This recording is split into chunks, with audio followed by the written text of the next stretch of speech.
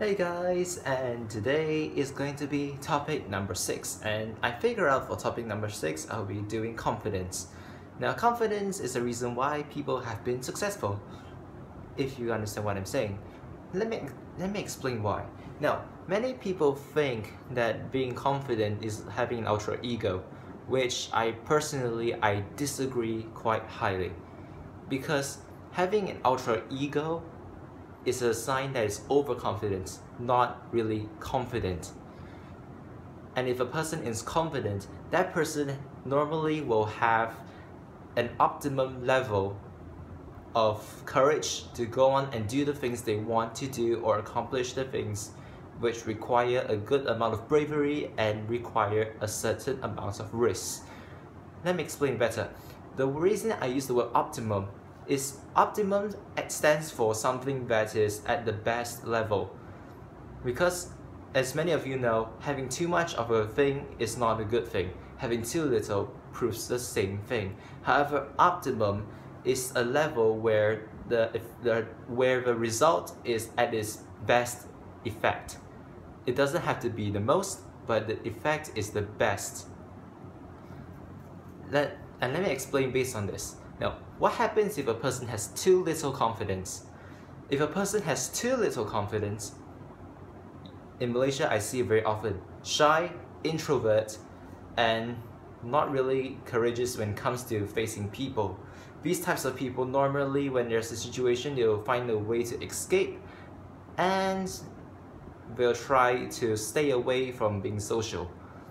Because if you don't have confidence, because when it comes to engaging in a conversation or social interaction, there are times where you have to talk about topics and express opinions, and you just have to throw jokes. That's what friends do. So having too little confidence actually shelters you and hinders you from doing this sort of stuff. So it's kind of a mental wall, if I were to say it. And the great big disadvantage about having too little confidence is that people have trouble seeing you. Like when you want to apply for a job or you want to apply to be an event committee. Remember, when you are going to organize something or lead something, you need to have the bravery to stand out and do things, because no matter what you do, there are risks and there are times where you have to hit a wall once in a while. So if you don't have the confidence, you'll be crushed. It's just like a strawberry.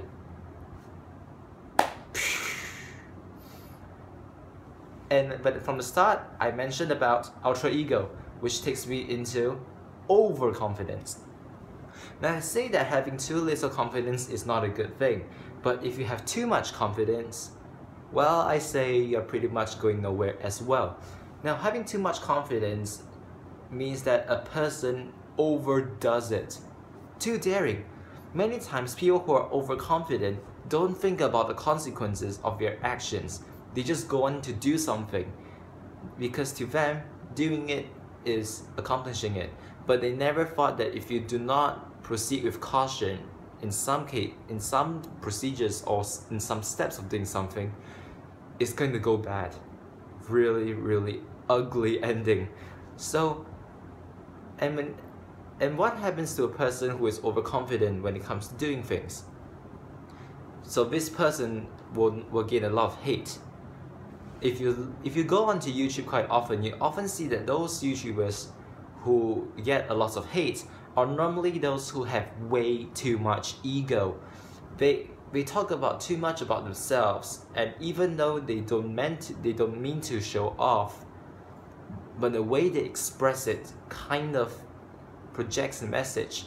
Remember, overconfidence doesn't really have to come from your act, but also comes from how you express things. So if you say things like, you know, I feel I'm good enough already, you know, there are many people way below me anyways. See, this is a sign of overconfidence. Remember, no matter how many people are below you, there are still tons or maybe even more who are above you. Which is why sometimes I never say I'm the best when I'm in my real life. I keep saying I'll try my best, and whatever I do, I promise you, is my best effort. This is what I'll say. Or else, sometimes when I listen to people being ultra ego, showing off, having too much confidence in expressing themselves, I tend to get annoyed. You think that person is cocky, that person is a jerk. Just like some teachers. Don't say I'm bad mouthing, but sometimes when a person is of a higher authority and that person is the only person like a teacher in a classroom, this is normally when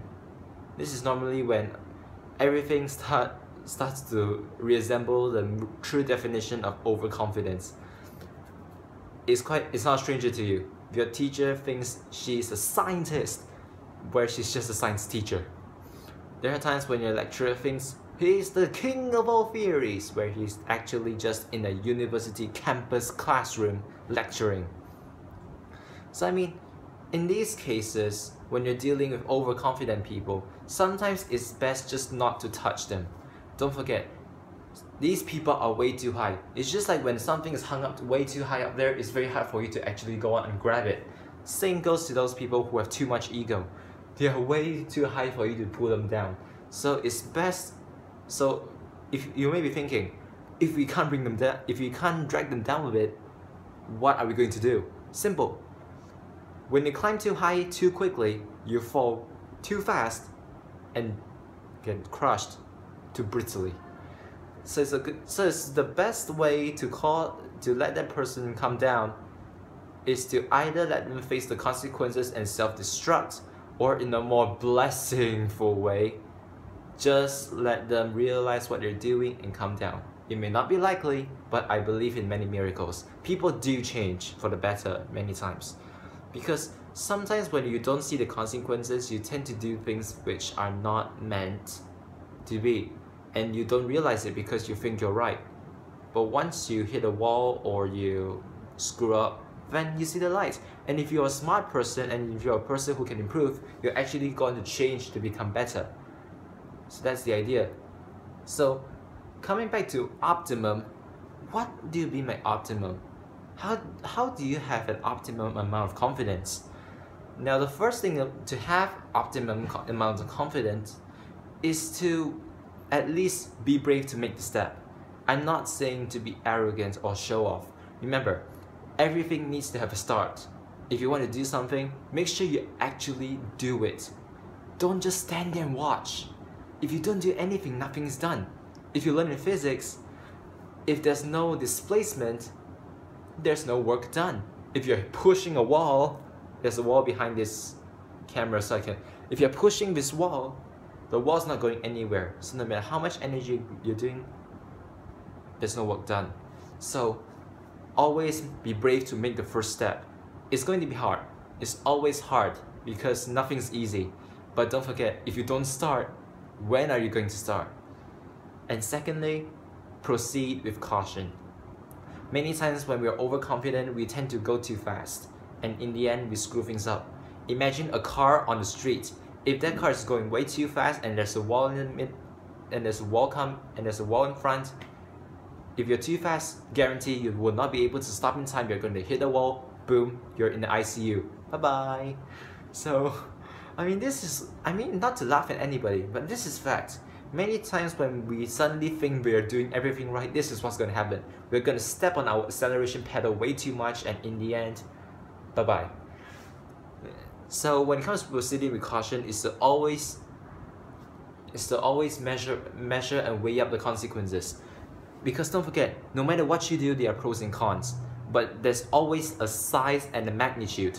So if everything has a con, go for the step which is optimum, which now I can explain even clearer.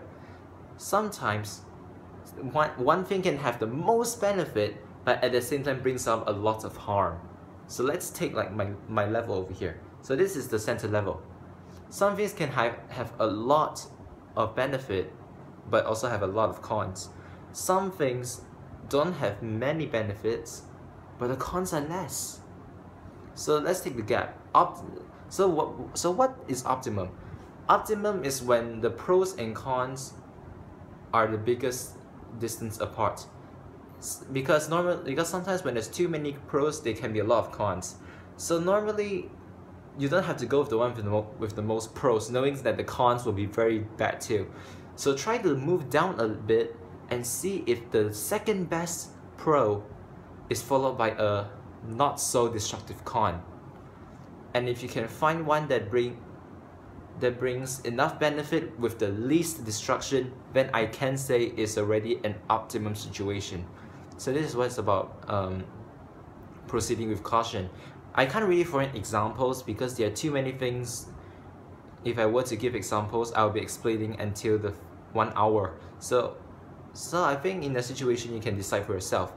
Just make sure that thing can bring enough benefits to support it, and have and at the same time have the least possible cons to destroy it.